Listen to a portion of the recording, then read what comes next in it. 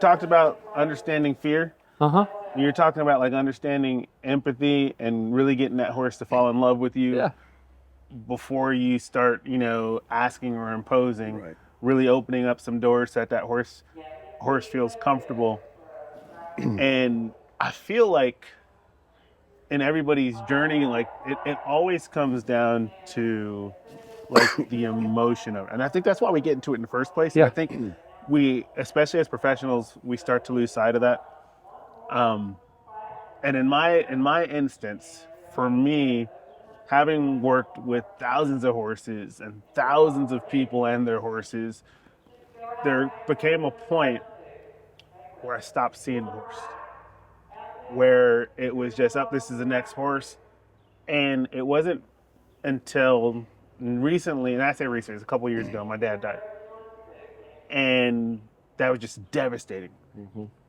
And when he passed, and when you lose somebody close to you, you always, right, you take an account of life in general and things like that.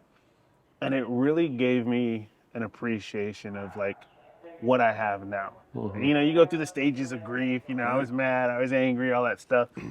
But I got to a point too, I'm gonna get real personal here, where when my dad died, I would have these dreams of him, and I'd wake up, and because it felt so real, I'd wake up like, oh God. And I'd like in the morning, I'd just be sobbing, bawling.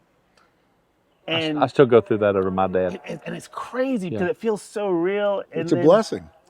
And so that's where I'm getting to is like, then my mindset shifted to where like, wow, that was pretty cool. Yeah. I got to spend the evening with my dad. Right.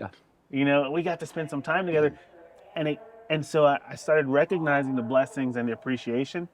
And I got so convicted because handling so many horses, I would walk by a horse and not even acknowledge him.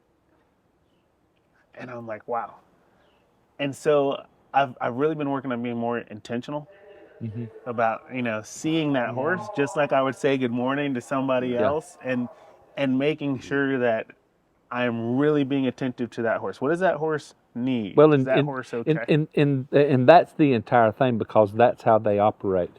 They communicate with one another based on that intention and that expression with that intention. Right. And we as humans are manual with the horse.